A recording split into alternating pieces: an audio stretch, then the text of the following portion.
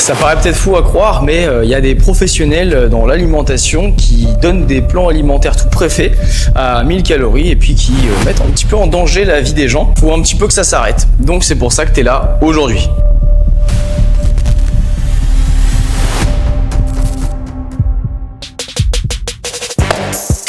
Yes, on va faire l'épisode 2 par rapport à l'année dernière où on a parlé des diététiciens et en fait de tous les diplômes qui ne garantissaient pas la compétence, mais on a eu une armée quand même de personnes qui ont fait exprès de pas comprendre et qui ont pris que des extraits de ce qu'on disait, de pas prendre l'ensemble de la vidéo et du coup de nous insulter tout ça en commentaire. Donc vu que c'est très drôle et que je vois que les incompétents on les énerve, et ben on continue. Cette vidéo sera divisée en 4 parties où on va parler un petit peu du pourquoi, du comment et comment surtout éviter de tomber sur un professionnel de santé, entre guillemets, éclaté au sol qui va te mettre en danger. Premier point, le diplôme, c'est juste une carte d'entrée. Peu importe le diplôme, que tu fasses un BPGEPS, un CQP, que tu fasses un BTS dans la diététique, que tu fasses un doctorat, et oui, même un doctorat, c'est une carte d'entrée pour rentrer dans le monde professionnel.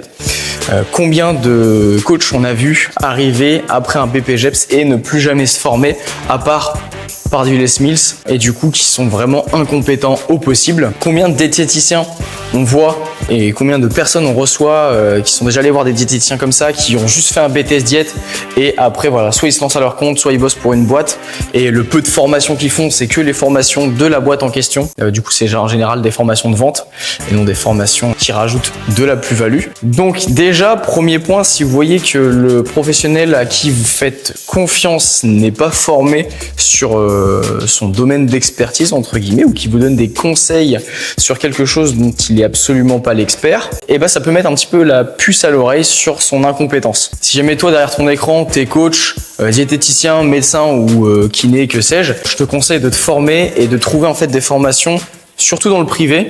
Dans le public, elles sont un peu éclatées, donc surtout dans le privé, qui vont t'amener de l'expertise en fait dans un domaine que tu veux traiter. Là-dessus, je critique absolument personne, hein. Je critique pas les diététiciens ni les médecins. Alors attention qu'on soit bien d'accord, pas les coachs non plus. Mais par contre, voilà, faut que chacun reste dans son domaine d'expertise. Par exemple, nous, on propose des suivis nutritionnels, des accompagnements. On vient conseiller les gens, mais on ne va pas dire tiens, toi tu as du diabète ou alors toi tu es atteint de cancer, on va te prendre en charge. Absolument pas.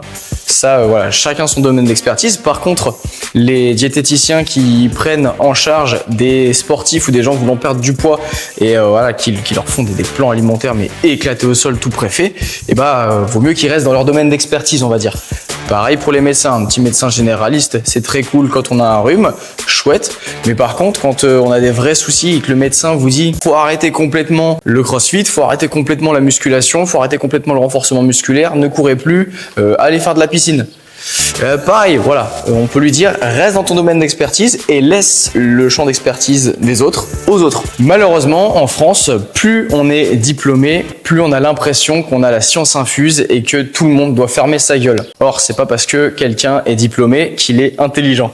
Point numéro 2, on va voir les erreurs graves que je vois absolument tous les jours ici. La première erreur, en fait, c'est voilà, des gens qui sont en très mauvaise santé et que je peux accompagner pour qu'ils aillent mieux. On sait qu'à la salle ou alors dans les accompagnements perso, ça va changer vraiment leur vie. Des personnes qui ont de l'arthrose, des personnes qui veulent prévenir l'ostéoporose, la sarcopénie, tout ça. Malheureusement, ils font beaucoup trop confiance à leur médecin et leur médecin G va leur dire non, faut arrêter le sport, alors qu'ils nous ont jamais connus, hein. Ils ne savent pas ce qu'on fait ici, ils ont jamais échangé avec nous, ils sont ignorants complets de toute notre méthode et par contre ils vont dire arrêtez de faire du sport, allez à la piscine. Du coup ces gens-là, ils arrêtent le sport et ils iront jamais à la piscine parce qu'ils vont faire une séance, ils vont faire 3 brasses et ressortir de l'eau. Et donc du coup, voilà, dans un an, ils seront encore plus mauvaise santé. Et dans 20 ans, il y a de fortes chances qu'ils soient morts. Alors que nous, on aurait pu les aider. Donc ça, c'est très très grave. Surtout qu'une consultation chez le médecin, c'est 15 minutes. Alors que nous, on passe en moyenne 2 à 3 heures par semaine avec ces personnes. Vous comprenez bien la différence d'implication qu'on a avec eux. Ensuite, on a aussi les diététiciens, parce que la dernière fois, ça a fait jaser de ouf. On s'est fait insulter par des diététiciens qui se sentaient vraiment concernés par le fait qu'on parle des incompétents. Donc déjà, si tu te sens concerné, c'est probablement que tu es incompétent, hein, comme le syndrome de l'imposteur. Syndrome de l'imposteur, entre guillemets, c'est pour les imposteurs. On voit souvent arriver donc des gens qui veulent qu'on les accompagne, qu'on les aide d'un point de vue nutritionnel, parce qu'ils sont allés voir des diététiciens qui les ont absolument pas satisfaits. Ils ont fait une consultation d'1 quart d'heure et sont ressortis directement avec un plan alimentaire en fait tout préfet. Et en général, tout le monde a à peu près le même. Il y a juste les quantités qui vont varier. Par contre, d'un point de vue business, très rentable, très scalable leur truc. Je tombe régulièrement d'ailleurs sur des plans alimentaires quand je vais chez des gens ou que les gens m'envoient en fait. Ou au petit-déj, on peut retrouver par exemple, là c'est 2 tranches de pain complet. Parce que sinon, le pain blanc, c'est pas bon pour la santé. 10 grammes de beurre, de la confiture, pour les fruits, un jus de fruits, et ensuite, pour les protéines, un yaourt. Super. Allez, au déjeuner, on va prendre des pâtes, après une source de protéines, steak haché, du fromage et un yaourt. Au goûter, un yaourt. Au dîner, surtout pas de féculents parce que c'est dangereux pour la santé de manger des féculents le soir. Et un yaourt. Et ils sont pas très à la page. Hein. D'ailleurs, il faut savoir que dans les premières pages du BTS diète, en fait, on parle énormément du lobbying du blé et des produits laitiers. Parce que forcément, il faut faire vivre la France. Donc du coup, si tous les diététiciens donnent des produits céréaliers et des produits laitiers à leurs patients, vous comprenez bien que ça fera plus de fric pour tout le monde. Et ensuite, c'est un peu le même souci avec les coachs. Hein. Mais les coachs, je sais pas si on a vraiment besoin d'en parler. Déjà que certains médecins et certains diététiciens sont pas très compétents. Alors imaginez des coachs qui ont juste un BPGEPS ou un CQP qui derrière vont plus jamais se former. Ça peut être quand même très dangereux. Et en plus, il y en a qui pourraient proposer des plans alimentaires. Là franchement, on est sûr à 100% que ça fait d'énormes dégâts. Et d'ailleurs, nous, on en voit tous les jours. Hein. Juste avant de passer sur le prochain point, on va juste parler un petit peu d'un article qui a été publié par le American Journal of Clinical Nutrition, qui indique que régler d'abord les comportements liés à l'alimentation garantit beaucoup plus de réussite dans sa transformation qu'un plan strict tout préfet. Donc c'est-à-dire que les diététiciens que vous voyez 1 quart d'heure ou un nutritionniste ou un médecin, vous avez payé votre consultation, c'est super. Il vous donne un plan tout préfet hein, avec des quantités tout préfaites trucs, il vous le donne. Tiens, on se revoit dans 3 mois. Ça marchera pas. Ça marchera pas parce qu'il n'y a pas d'accompagnement. C'est pas personnalisé. C'est pas adapté à vous. Là, on coche toutes les cases, en fait, qui font que ça ne peut pas fonctionner. Si votre professionnel de santé, il ne vous suit pas, il n'y a pas d'accompagnement, qu'il vous donne juste un plan tout préfet, en fait, il vaut moins que ChatGPT. C'est-à-dire que ChatGPT vous fait exactement la même chose, mais gratuit. Enfin, gratuit pour vous et moi, parce que c'est vrai que ça coûte de l'argent, et ça coûte à la planète aussi. Prochain point, comment trouver un bon conseiller, ou alors un bon professionnel de santé? C'est simple, déjà, il faut échanger avec lui, comme on en a parlé dans la précédente vidéo. Il faut voir si son domaine d'expertise est justifié, si les conseils qu'il vous donne sont justifiés. Et puis ensuite, vous pouvez voir ses formations, lui poser des questions sur ses formations. On ne peut pas vraiment savoir s'il est bon d'entrée de jeu, sauf si vous connaissez sa réputation, qu'il a des avis Google incroyables, qu'il a des retours clients ou patients incroyables, que tout le monde est satisfait. Il y a ça, mais on peut pas vraiment savoir si ça va matcher avec nous. La seule chose, c'est de voir c'est quoi le produit qu'il propose. Je parle vraiment de produits entre guillemets, hein, mais admettons un diététicien vous dit tiens, je te donne ton plan et on se revoit dans 6 mois. Vous savez que ça marchera pas pour vous. Alors que si la personne vous dit ok, on va commencer comme ça, ensuite on se revoit la semaine prochaine, on fait un bilan, bim. Ensuite, on se revoit une semaine après, on se revoit une semaine après, ou alors on s'appelle, et puis on refait des réajustements, on va rediminuer ça.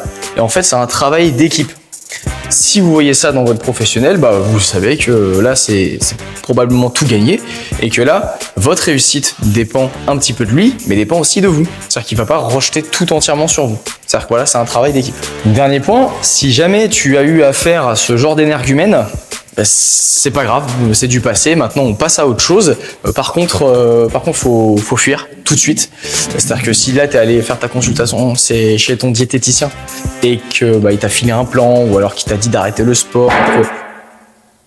Wow, tu coupes tout, tu fuis, tu reprends le contrôle un petit peu de toi et de ce que tu attends. Et ensuite, tu trouves quelqu'un de compétent. Ce qui peut t'aider, c'est de t'abonner à cette chaîne parce que sur cette chaîne, déjà, 1, c'est gratos. Et 2, on partage des conseils réguliers. On explique vraiment, on est là pour t'éduquer. Je suis là avant tout pour t'éduquer. Et c'est tout.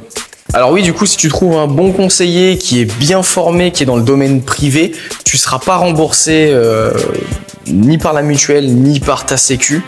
C'est vrai, mais par contre, au moins, tu auras quelqu'un de compétent qui fera attention à toi et tu auras des résultats, ou en tout cas, si jamais les résultats se font un petit peu longs, et tu auras un axe de travail et tu sauras vraiment te débrouiller tout seul de façon autonome pour la suite. Et ça va complètement changer ta vie. Voilà, donc je pense que tu peux taper sur Internet, sur Insta, suivre ton coach préféré, enfin voilà, tu vois, et puis si jamais tu nous aimes bien, tu nous contactes. C'est tout pour cette petite vidéo. Alors oui, effectivement, je me suis permis de clasher un petit peu tout le monde. Mais il y a une bonne raison, c'est parce que moi, effectivement, j'ai déjà fait le BTS diététique. Donc, je me permets de clasher les diététiciens et le diplôme parce que je sais exactement ce qu'il y a dedans. Si vous voulez, je pourrais vous mettre en screen, si je les retrouve, toutes les petites insultes auxquelles on a fait face.